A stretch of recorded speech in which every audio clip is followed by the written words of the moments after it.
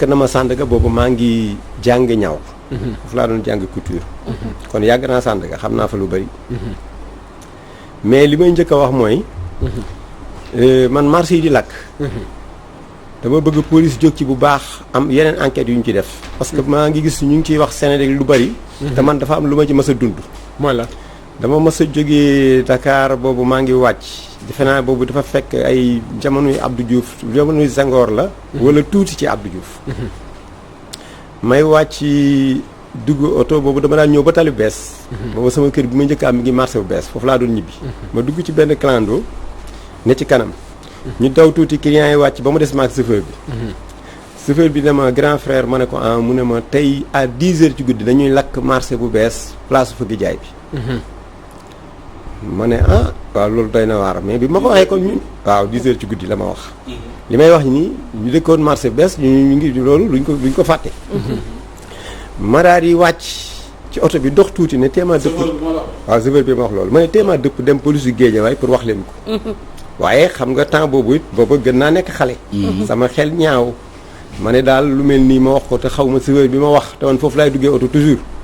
bon sama xel ñaaw ci lu bëri daal ma ne sama xel tam kii rek ma ne naa njëm ñibbi rek. damay gis sama kër reer ba pare rek presque 10 heures bu tegee tuuti rek sama soxna bi génn ne ma am na tàkk-tàkk bu am fii ma ne ko kon marché bu bees. kon dañ koo taal. dañ ko taal. ma gisaat marché Sandaga bi. sama kooku lu taxoon mu jox la information bi. xibaar non xaw ma ko maanaam daf ma ne dañ koy taal rek. bon mais li ma mujjee jàngat. waaw ci li ma mujjee gis mooy bi marché Sandaga bi tàkkee te foofu ma newoon fa te marché Sandaga li ko wër yëpp ay cantines ñu tabax la. mun naa wax ne la fa newoon ci biir ci ay mbaaru bant dénk mooy jigéen ñiy jaayee seen yu sew yooyu. mais boo xoolee Sandaga ni mu tàkkee dafa tàkk wër. sama xarit boo xam ne foofu la nekk nee na ma ci fajar bi moom bi ñu ko wooyee bi mu ñëwee moom nee na tase naa ñaari ginsman yi xam nga am na ñuy fanaan foofu. ci mbalit yi. mais nee na am na ci koo xam ne tase naa moom ne ko fii dañ ko taal. wax ko sax ne ko am na ñaar ñu mu ci gis mu ne ko ñooñu ñoom yor dina ñu yor xaw ma ay bidon dañ ko taal. loolu sama xarit boobu moo ma ko wax mais xam nga ginsman yi maanaam xëy na. waxam te ñoom fa la ñuy fanaan waaw waaw seen wax wóorul. waaye loolu li ñu ciy jàngat mooy xoolal Sandaga ni mu toll. su ma nee tàkk ba wër loolu lu mat a jàngat la. waaw man nag li ma ciy gis mooy bu ñu waxee toujours ne Senelec bu ñu toppee ci loolu rek réew mi dina dem ba jeex économie réew mi gën a daanu te marché yi loolu moo yor réew mi.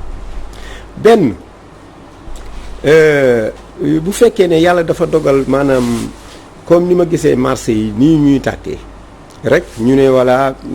court-circuit waaw court-circuit wala nangam. mais jàngatal leen. bu njëkk da nga daan dégg ñu naan toj nañ cantine nangam toj nañ magasin nangam. ñu depuis marché yi commencé tàkk ak léegi déggatoo cantine bu ñu toj. te loolu sàcc yi mën nañ am possibilité ñoom bu fekkee ne dañu taal marché yi. nit ñi daw ci fajar bi ñëw ku ñëw di dajji cantine nit ñi du ñu la taal dañu yaakaar ne yaa moom foofu. alors léegi nag suñu dajjee ñoom profité jël fa la ñuy jël. dem seen yoon. alors nit ñi moom. bu ñu xëyee mais Serigne ñoom balaa may jox saa dama ko est-ce xalaat que amul yeneen raison ah. waaw parce que bu ma jumul Togo Lomé. am na marché central bu mag. bu fa tàkkoon. mais bi ñu enquêté comme li nga wax ba ci biir. c'était pour des raisons politiques. moo taxoon ñu taal marché bi parce que am na ñu bëggoon marché bi jugee fa. ci zone bi mu nekk ak yeneen ak yeneen. loolu ci mujj a feeñ est-ce que da ngay njort lu mel noonu am ci sunu marché yi. waaw loolu moom mën naa ko ba ma koy njort ci marché Sandaga laa koy njort parce que marché Sandaga xam nga amoon na coow. comme bëgg leen faa jëlee ak yooyu ñu bañ. ñu ne nañ taal marché bi waaw marché loolu moom mën naa nekk. xam nga nag man dëgg bon aussi damay wax loo xam ne lu ma mën a xam la. ndax bu dul dara jullit laa li may danaa ñaaw njort ci ne Sandaga moom ñëpp xam nañ ne marché ba ci biir moom lee ñu fa bàyyi. ñëpp xam nañ ne moom amatuloon benn sécurité. parce que man mun naa wax ne 20 ans ci ginnaaw war na ko jege bu ma daan yéeg ci escalier yi ci kaw xam nga foofu bu njëkk ci kaw yi kaw. fa la benn bale boobu ñu naan def ñu tëgg di def bale yooyu ñu naan def xamu na nu tuuti ñoom ñoo ne woon ci kaw. waaw ay restaurant moo ne woon ci kaw. ñun boobu buñ di masaan xëy si foofu la ñu dem di ndekki ci. mais boo ñëwee ci yéeg ci escalier yi da nga daan yéeg nii gis ay pax yoo xam ne mu wóor la ne Sandaga moom waroon nañ ko daaneel yàggal. waaw xëy na kay li ci nekk mooy biñ ko waree daaneel yàgg na bon mais cantine yi wër Sandaga. loolu moom mënoon nañ ko faa bàyyi ba daaneel lii ba pare.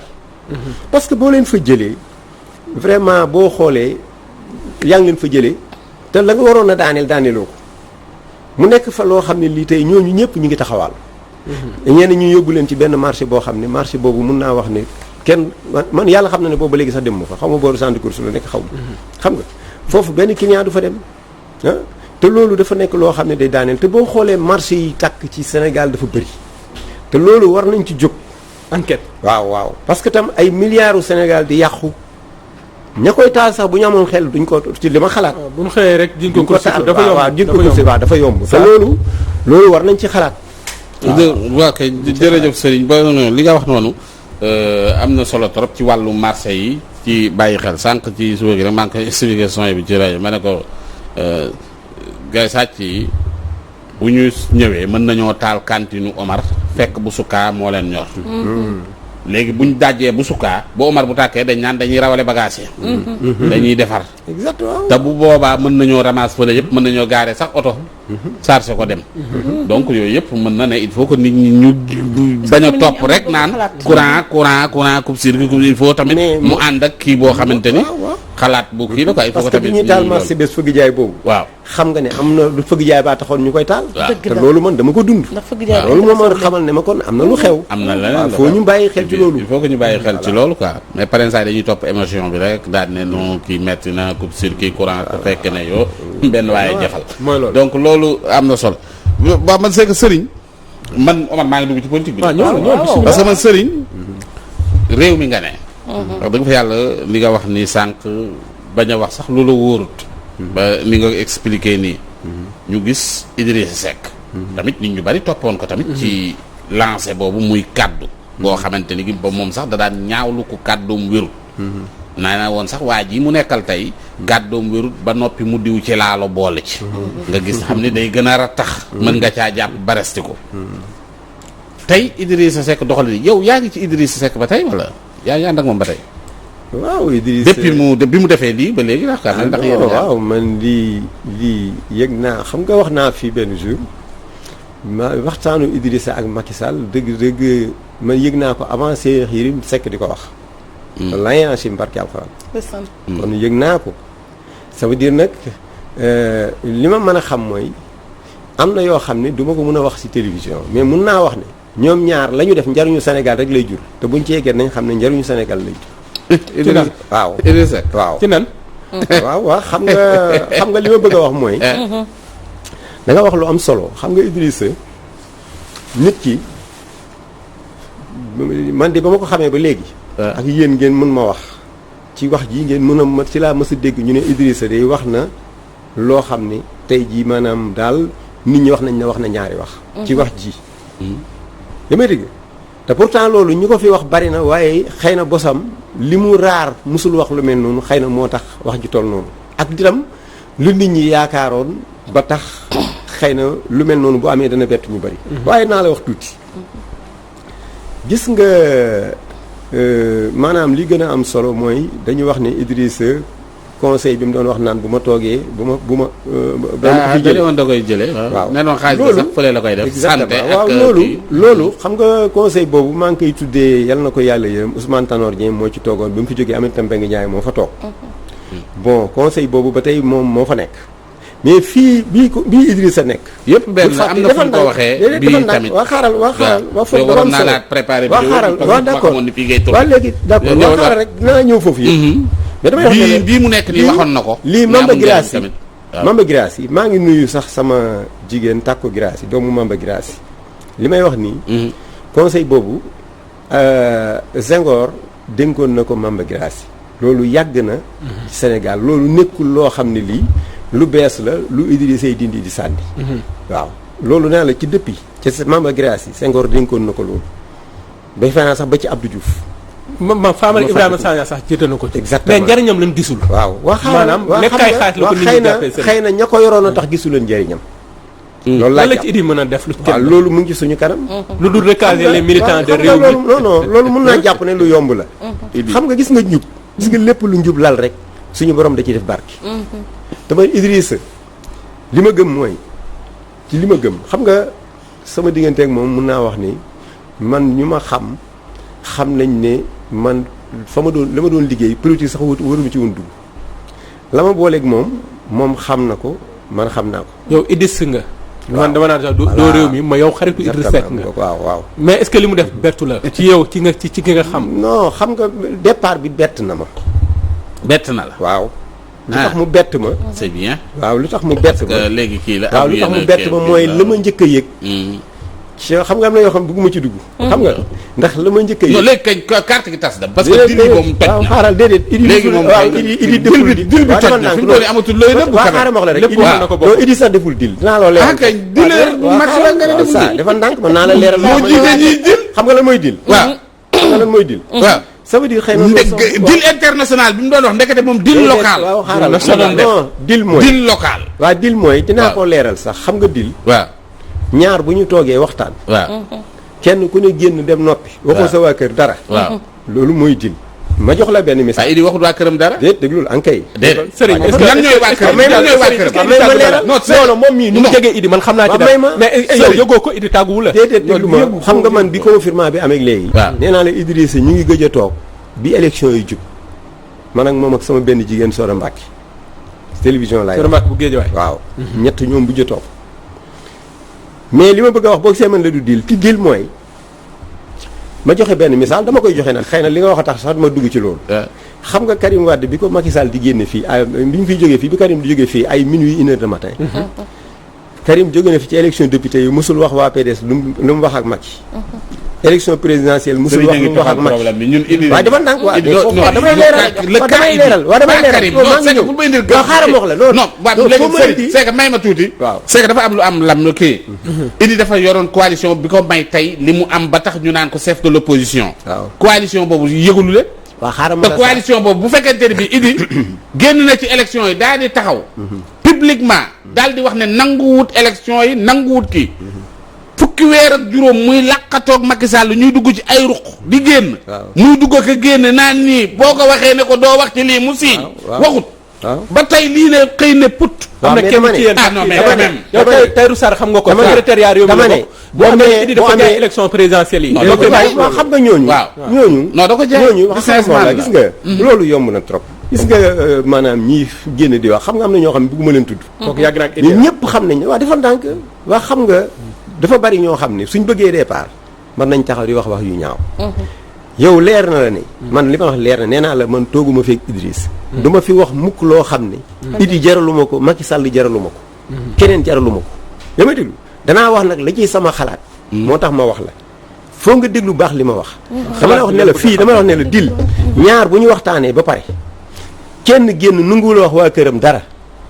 Karim waxul waa këram dara Macky mun naa wax ne waxul waa këram dara mais Macky comme mooy président de la République moom su génnee sax ñu ci bëgg bu ñu demee audience ci Macky ba génn kuy génn di wax boo taxawee journaliste yi ku ñuy laaj ki jógee ci Macky am déet ndax mooy président kon ki jógee ci Macky war a wax mais Idi moom bi mu jógee ci Macky wax na xanaa li nit ñi wax kay da leen a doyul après 15 mois de deal waaw non du deal xam nga ki génn wax rek du deal ndax leeral na ne waxtaan naa ak Macky 15 mois mënoon naa bañ a tudd 15 mois yaa may déglu am na loo xam ni du lu ñuy teg nii ci kaw taabal di ko wax mais li ma wax daal pour man la ko wax ci côté boobu dëgg-dëgg mooy suñ yàlla mayee ba ci kanam mais dina leer xam nga loolu soreetul yaa may déglu yow war nga gëm leer maanaam lam waxtaan ak Macky Sall ñoom ñaar ñu waxtaane te ma gëm ne njariñu Sénégal mu ngi njariñu Sénégal njariñu Idi way mais pas njariñu Sénégal quand même mais njariñu xam nga li ñu wax ne Idriss Seck dafa amoon ay problème financier maanaam ay da doon tabax école daanu ko attanut école man xaw ma noo mën a attan kër sax man loolu moom a jaar da doon tabax école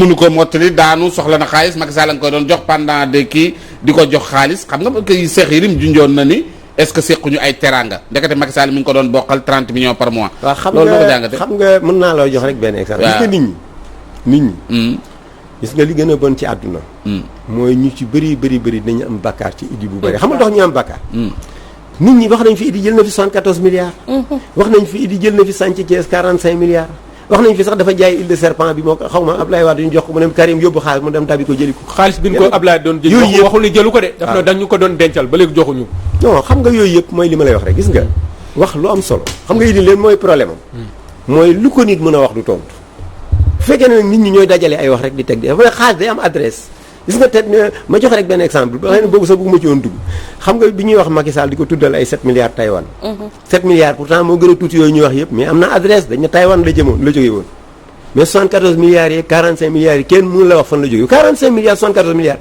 bu ñu koy di bañ rek fan lay jógee am na fu mu jógee am déet mais kenn du leen fii la jógee. loolu dafa amoon ay problème mu xaalis. yow mi ko xam. ok loolu moom dëgg-dëgg loolu moom mun naa wax ni dëgg-dëgg wóoruma mais am naa yaakaar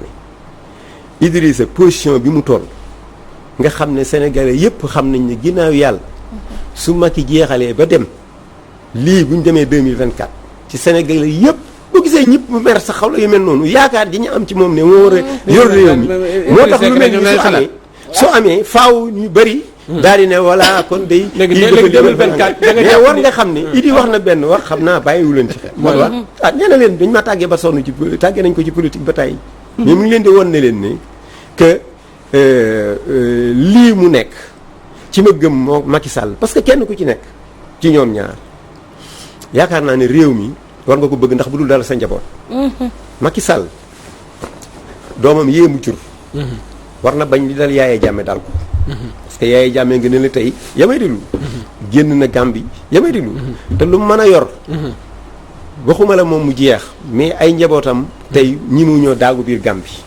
ndax la mu fa def am de te gis nga boo gisee ñu bëree bëri di coow nii ci ay problème mu mandat nangam man yooyu sax nekkul sama problème xam nga li sama problème nguur moom man gëm naa ne su ko suñu borom baree jeexal rek day jeex waaye nag dañ ne yàlla bay sa tool nit ki su fekkee ne dem na ba mu wóor ko ne moom lii da ko waxante noonu ay moroomu goram jeexal na dafa war a dem ci jàmm boo liggéey loolu mën a jur ay njabootam ak mbokkam yëpp yama déglu mën a siggiwaat moo tax Senghor ne woon nguur kenn du ko ñëpp yama déglu waaw non xam nga côté boobu man duma ko ci digal mais li ma bëgg a wax mooy dama am loo xam ne gis nga Ablaye Wade ku yeewu la dama lay jox benn firnde gis nga tëj yi bi ñu fi tëjee Karim Wade tëj fi Khalifa Sall ñaata milliards la ci Sénégal ñàkk yu bari ñaata milliards la ci Sénégal gagné dara Ablaye Wade mënoon na def loolu Abdou Diouf li ko Abdou Diouf def kenn defu ko fi keneen mais Ablaye Wade bi mu toogee lu mu njëkk a def dem seeti yaay Abdou Diouf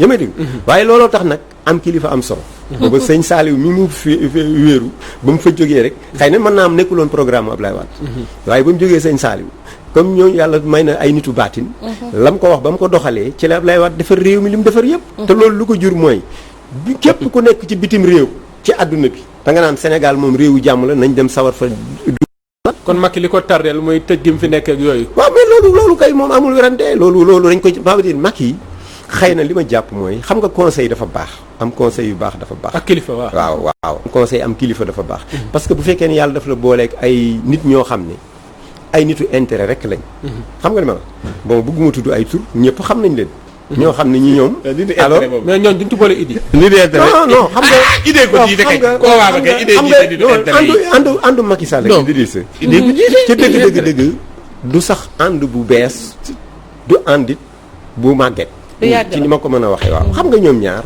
ñëpp dëgg-dëgg Idrissa ak Macky Sall yow boo xoolee yenn saa nga vidéo yoo xam ne dañuy gis ñoom ñaar mu wër na ne yàlla nag moo tànnoon Idrissa tànnoon Macky mu jiite Sénégal loolu yàlla la kon da nga bëgg léegi Macky bu poussé rek Idi ñëw toog 2024 bu neexee yàlla looloo yam su neexee yàlla bu neexee yàlla looloo Macky day pousse 2024 Idi toog bu neexee yàlla looloo yam yow loolu nga jàpp sëriñ waaw loolu laa teg ko fan nag léegi waaw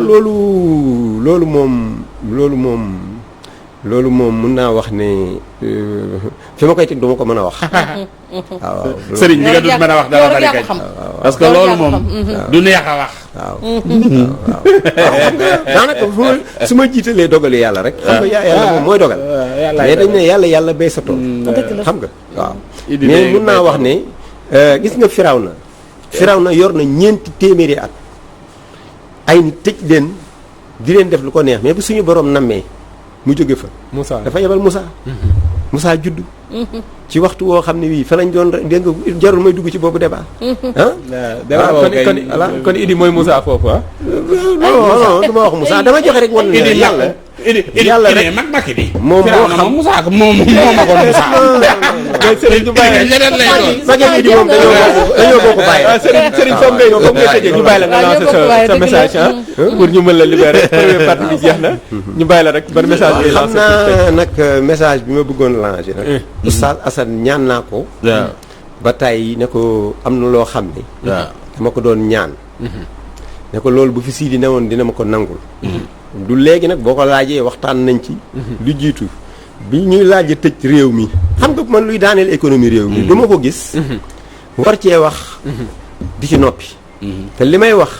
moom sama seede la Moustapha Diop mii sama seede la. Moustapha Diop keroog bi ñuy waaj a denc xalifa général lu Niassène. daf may fekk ñu waroon am rendez-vous waxtaan. dama ñëw ni dër biroom ñëw toog mu ne ma ah.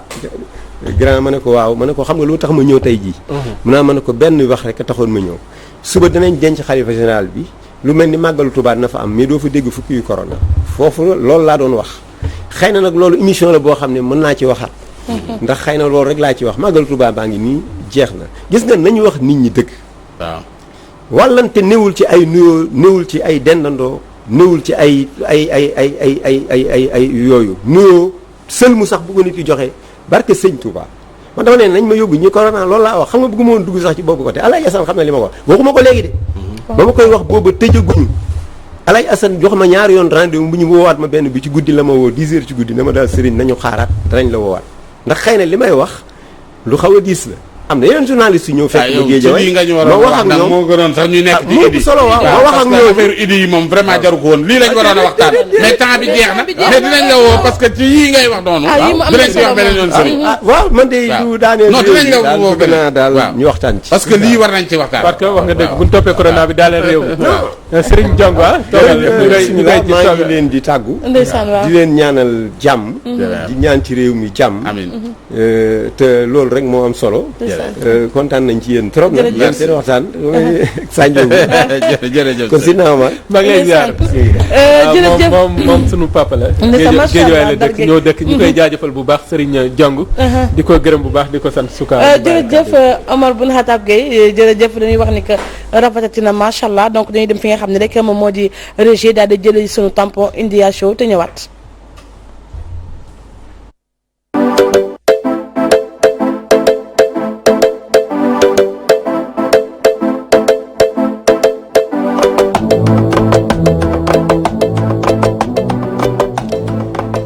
Fatou Dieng Sala nuyu naa la. borom India show. maa ngi lay fayaat macha allah di la ziar Souka di nuyu Jabu macha allah. ki nga xam ne moo jaar